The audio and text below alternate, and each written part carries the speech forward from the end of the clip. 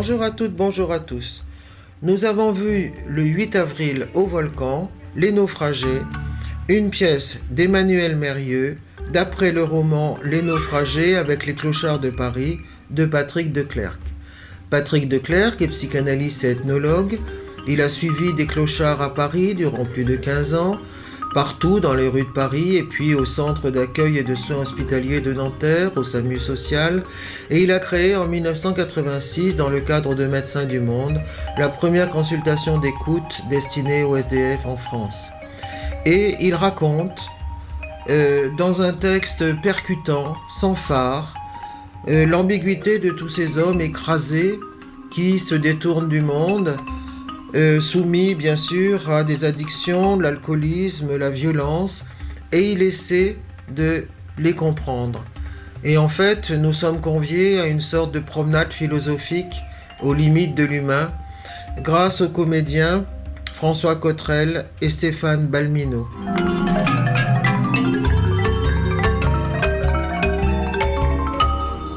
Emmanuel Mérieux, bonsoir. Bonsoir. Nous nous rencontrons au FITS. Oui. Nous venons de voir Les Naufragés, Oui. une mise en scène que vous avez réalisée sur le texte de Patrick de Clercq. Oui. Et je suis très heureuse d'en parler avec vous parce que c'est un spectacle prenant.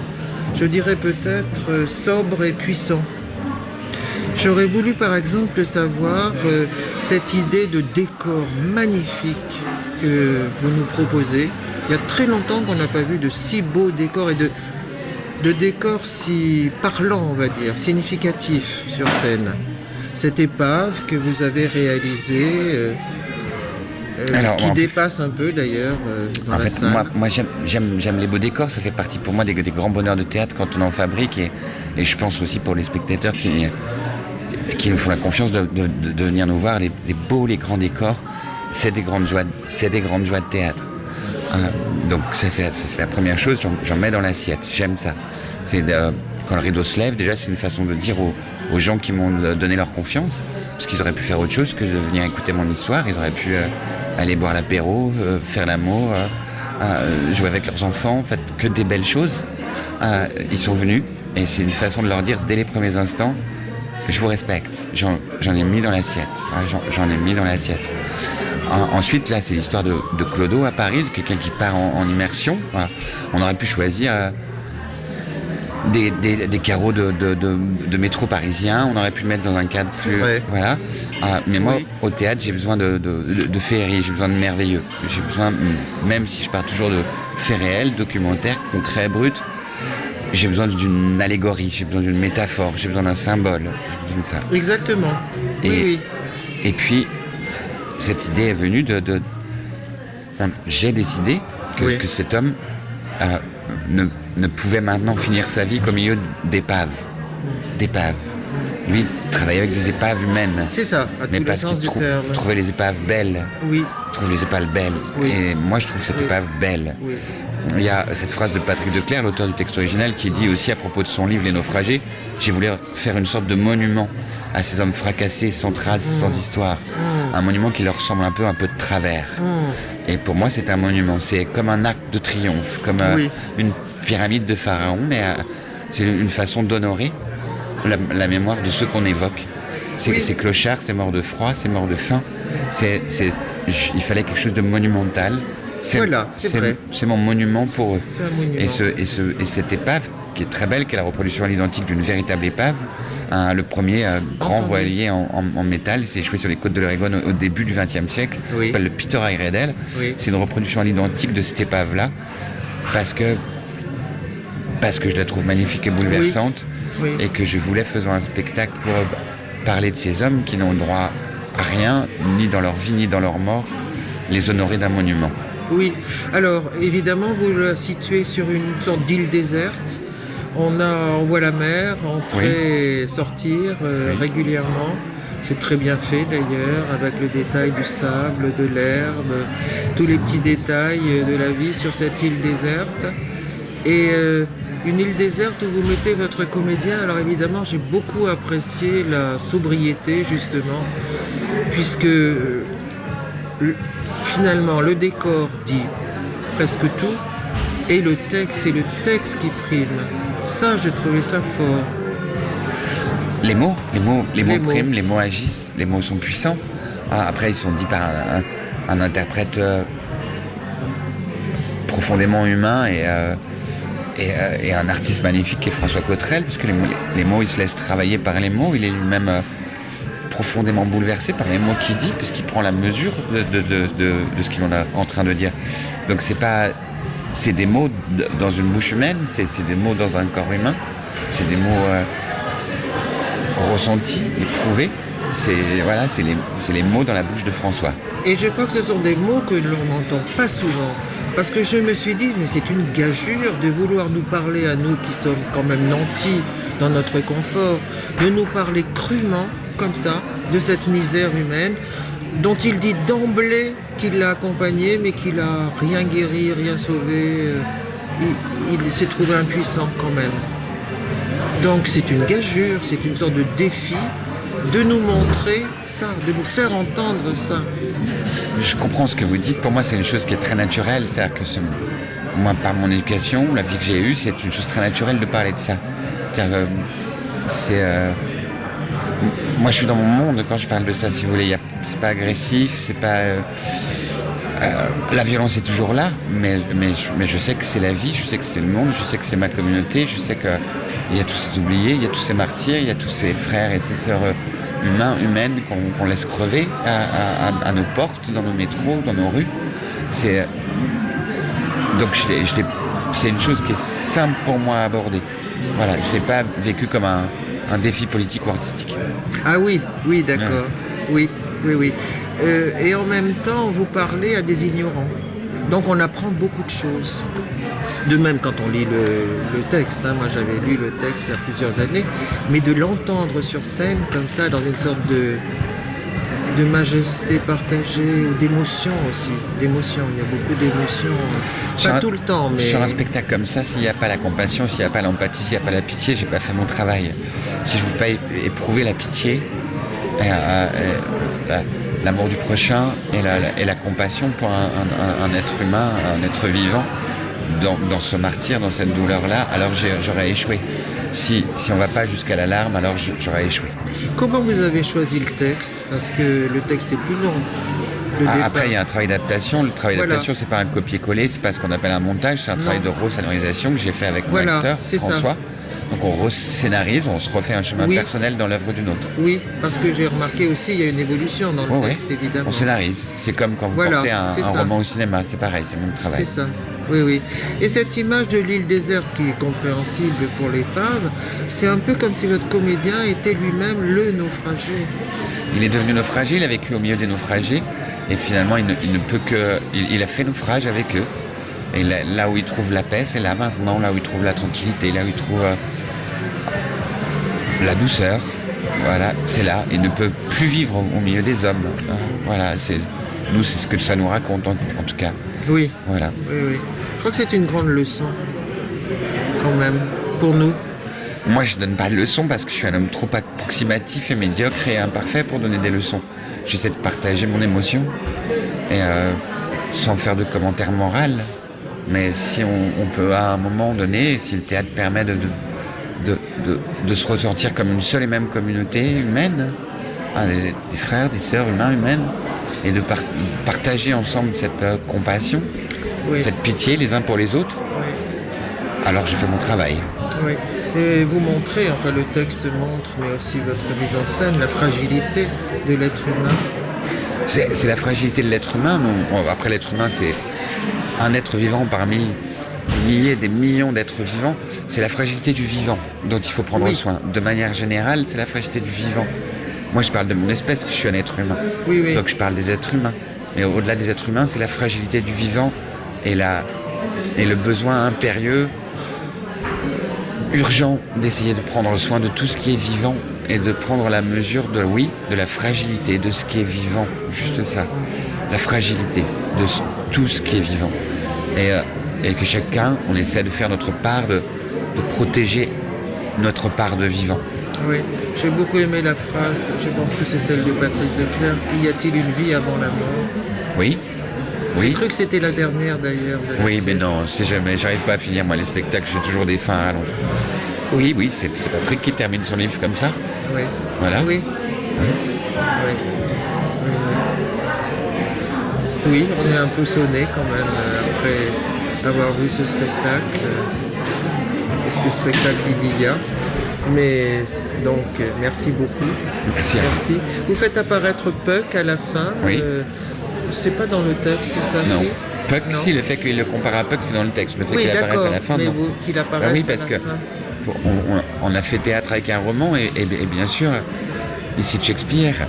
Et là, on a envie aussi de dire, on va dire les mots de Shakespeare, c'est un clochard qui va vous les dire. C'est ça. C'est pas un homme en armure, c'est pas assez. Voilà, ces mots-là, cette poésie-là, ce génie-là, on va aussi s'en emparer nous et on va les dire là, on va dire du Shakespeare là. C'était bien choisi ça. Dans un spectacle sur les clodos, on va quand même dire du Shakespeare. Oui, voilà. Parce que c'est un petit génie dans Shakespeare. Hein. Oui. Oui. Qui fait des bêtises, mais qui fait des merveilles aussi. Voilà, c'est ça. Bien sûr. Oui. Bien sûr. Bon, Emmanuel Mérieux, un grand merci. Merci à toi. Je ne toi. retiens pas davantage. Non, merci à toi. Merci. Merci à toi. O dolci baci, o languide carezze, mentre io fremente e belle forme di scioglie dai veli sfani per sempre il sogno mio d'amore, l'ora è fuggita e muoio disperato, e muoio disperato, e non amato mai tanto la vita, mai tanto la vita.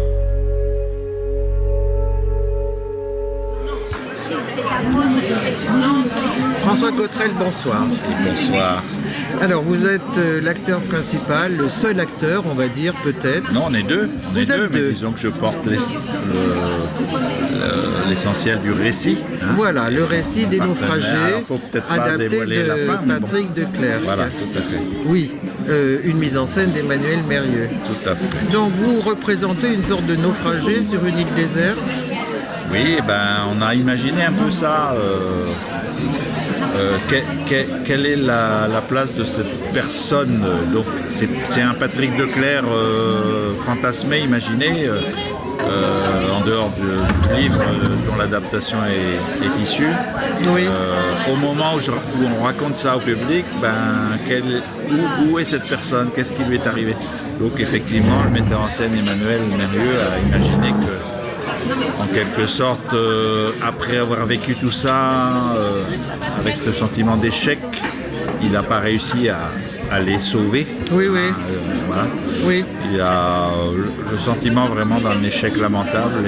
Oui, d'impuissance. Et donc on s'est dit, voilà, comment dire, il désespère du genre humain. Oui. Et il va loin, loin, loin sur une plage au bout du monde. Et puis, comme c'est dit dans le texte, il aime beaucoup la mer.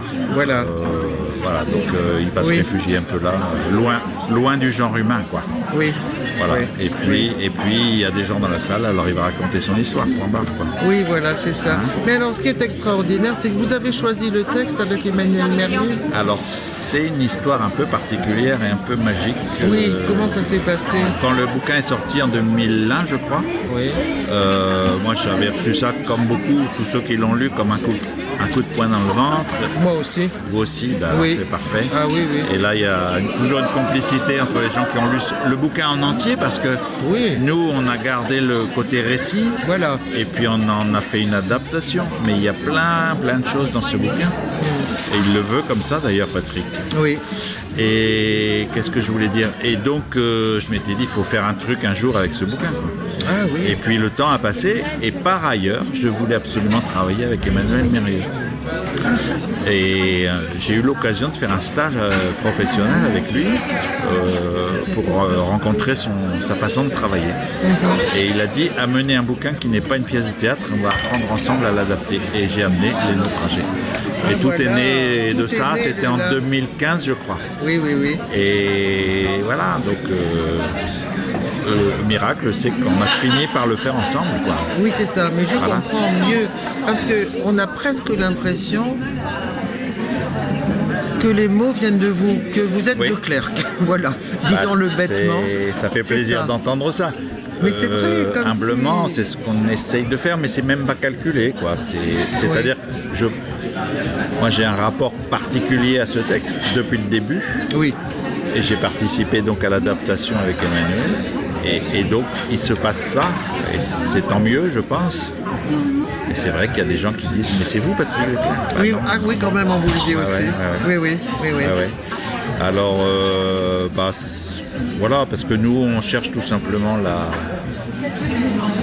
je sais pas comment dire, la vérité, la réalité, l'authenticité plutôt. Exactement, mais Hein? vous faites encore Voilà. toute la force du texte. Hein.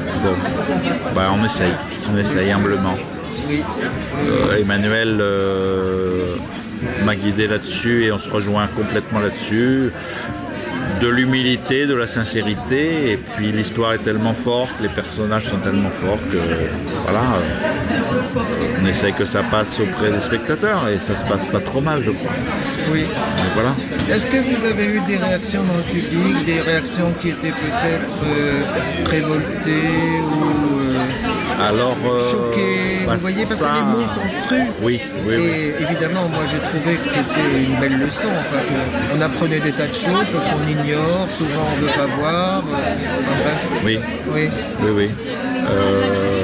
Alors, il y a peut-être des gens qui détestent ce spectacle, mais ils viennent pas nous le dire. Ah oui, d'accord. Et par contre, non, je dois dire qu'on le sent à la fin, hein, ça se passe plutôt bien. Oui. C'est un spectacle, je crois, qui secoue. Moi, ça me secoue, ça secoue les gens, donc ouais, c'est cru, mais je crois on a essayé en tout cas de garder l'élégance. Voilà, c'est le mot qui me vient. L'élégance de Patrick Leclerc, qui est une personne qu'on aime beaucoup, Emmanuel et moi, qui, en parlant de toute cette horreur, on parle, parce que c'est délicat ce sujet. Hein. On peut être vraiment obscène, on peut être vraiment maladroit, Ou voyeur, voyeur, oui, tout ça. Hein. Mais oui. C'est facile, hein. Il y a de quoi. Hein. c'est ça. Et donc il faut garder une certaine élégance, une certaine humilité, une certaine modestie, Oui. et puis même un petit peu d'humour de temps en temps. Parce que faut que ça passe, quoi. Vous parliez de rejet, c'est vrai qu'il y a des choses qu'on n'a pas racontées parce que c'était trop et que les gens auraient quitté la salle, tout simplement, hein, avec la réalité. Hein. Bon, là, je pense que c'est déjà pas mal, mais on aurait pu en mettre plus. Hein. Ouais, il y a des choses incroyables. Oui. Voilà, donc c'est la juste mesure, la juste distance par rapport à un sujet aussi fort. Voilà. Je Et sais j'ai pas eu si je réponds à votre l'impression- question, oui, je crois. Oui, si. J'ai eu l'impression aussi que le texte était... Enfin non, le jeu était ponctué de temps en temps par des grands moments d'émotion Oui, et que ça avançait un peu comme ça.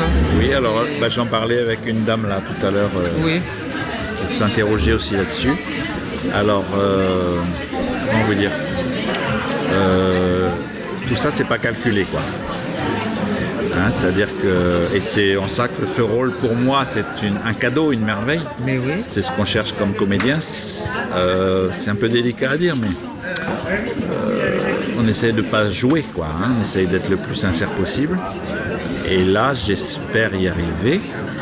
Et donc, je me fais surprendre moi-même par l'émotion qui vient. À certains moments, je dis certaines phrases. Alors, chaque soir, c'est un petit peu différent. Et il y a évidemment des rencontres émotionnelles fortes. Oui. Et voilà, donc c'est pas Emmanuel, le metteur en scène, travaille pas de toute façon à donner des consignes. Hein, donc on se dit pas sur telle phrase tu vas faire telle chose, surtout pas. Ah d'accord. Non, Oui. surtout pas. Oui, Bon, oui. Oui. On essaye l'authenticité, donc voilà, on prépare beaucoup de choses en amont, on se met mentalement, on va dire, à un certain endroit et avec le public, voilà, on attend une certaine chose et puis on verra bien. Oui. C'est du spectacle vivant, hein, donc l'émotion qui est là, elle n'est pas du tout décidée, quoi. Donc, Et elle n'est pas toujours au même moment. elle est au même moment parce qu'il y a dans le récit, il y a des moments forts, il y a voilà, c'est écrit comme ça, hein. Oui, On a écrit comme ça, donc il est probable que quand je parle de telle personne à tel moment avec telle image, il est probable que l'émotion arrive, mais c'est pas sûr. C'est pas. Voilà. En tout cas, j'essaye de ne pas la fabriquer. Oui. En tous les cas, vous faites passer une grande empathie. Oui, c'est le mot qui me convient, ouais. Oui. C'est ce qu'on essaye, hein. Avec ces... C'est la base d'ailleurs du travail de l'acteur et des artistes en général, hein. Oui. Quand on parle du genre humain, la moindre des choses, c'est d'avoir cette empathie et c'est quelque chose qui est accessible à tout le monde. Et nous, on essaie empathie, respect, dignité. Oui, peut-être plus que ça, puisqu'il est psychanalyste. Parce que par exemple, quand vous racontez l'histoire de... C'est Raymond ? Oui, Raymond, ouais. Raymond qui avait compris qu'il était son propre ennemi, ouais. qu'il fallait surtout pas qu'il soit il fallait libre, le laisser tranquille. et qu'on l'a tué parce on l'a tué pour son bien. Voilà. C'est ça. C'est fort comme... Eh oui, c'est tout le propos de Patrick Declercq dans son bouquin, ça résume un peu tout. Et c'est pour ça que son bouquin a été un pavé dans la mare, hein, à la parution. Dans tout le monde du social, du médico-social, il a dérangé pas mal de monde. Oui. Après, il n'accuse pas les personnes, bien sûr, il accuse le système, hein, qui a peut-être un petit peu évolué depuis. Bien sûrement, oui. Mais voilà, il faut... Alors là, on parle d'une population bien particulière, c'est vraiment les clochards, purs et durs. Hein. C'est-à-dire que c'est pas juste les sans-abri. Les clochards, c'est ceux qui sont au bout du bout de la misère, de la clochardisation, c'est-à-dire... Lui, il dit il y a la pauvreté, il y a la misère, et au-delà, il y a le monde des clochards, qui est la folie de la misère. Donc c'est un monde de folie. Et ces gens-là, on ne peut pas les réinsérer. Et il ne faut pas vouloir les réinsérer. Il faut juste, par contre, les aider, mais comme on peut, en fonction des moments, de ce qu'ils veulent. Il faut toujours être là quand ils ont besoin, mais on ne peut pas les forcer à quoi que ce soit. Ça ne marche pas. Et le spectacle, enfin l'histoire qu'on raconte, c'est un exemple de ça. À vouloir réinsérer à tout prix quelqu'un de cette population, on a fini par le tuer. Voilà. Mais on comprend, et sans doute c'est votre jeu aussi qui vous fait passer ça. Vous êtes sur une ligne de crête parce que il y a la description de ces personnages, leurs portraits, comme ils disent, sont des clowns quelque part. Et pas des clowns célestes comme chez Beckett, mais enfin des êtres tellement déformés, tellement loin de nous. Et en même temps, vous faites passer la compassion, l'accompagnement. Oui, c'est ça qui est intéressant, comme artiste en tout cas, d'aborder cette complexité. C'est ça. Au début, il dit je les ai haïs la plupart du temps. Oui, et il y a de quoi. C'est bien d'être honnête comme ça. Hein. Voilà, c'est l'honnêteté. Voilà, on n'est pas dans les bisounours. Si vous l'avez perçu, c'est tant mieux. Ah oui. L'honnêteté de Patrick Declercq et puis j'espère la nôtre aussi. Oui. Voilà, on va pas se mentir, il y a de quoi les haïr, ils puent, ils sont dégueulasses. Mais c'est pas si simple que ça, il y a aussi d'autres choses. Par exemple avec Raymond, on peut aussi s'attacher et puis de toute façon ça laisse pas tranquille, quoi. C'est comme le monde, c'est comme la vie, tout est complexe. C'est pas les méchants, les gentils, non. François Cottrell, un grand merci. Merci à vous, c'était sympathique d'échanger avec vous. Merci beaucoup. De votre attention. Merci beaucoup. Voilà, bonne fin de soirée. Au revoir.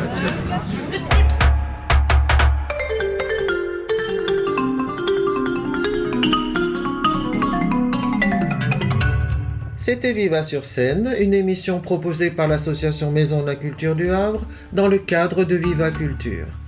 Entre mes deux entretiens, nous avons entendu le comédien et chanteur Stéphane Balmino dans Des hommes en devenir, musique de Raphaël Chambouvet. Je vous invite à nous rejoindre dans nos bistrots culture, des réunions dans un bar de la ville, tous les mois, pour partager sur les spectacles, les films, les conférences, les expositions que nous avons vues. Rejoignez-nous, adhérez, réadhérez, à bientôt!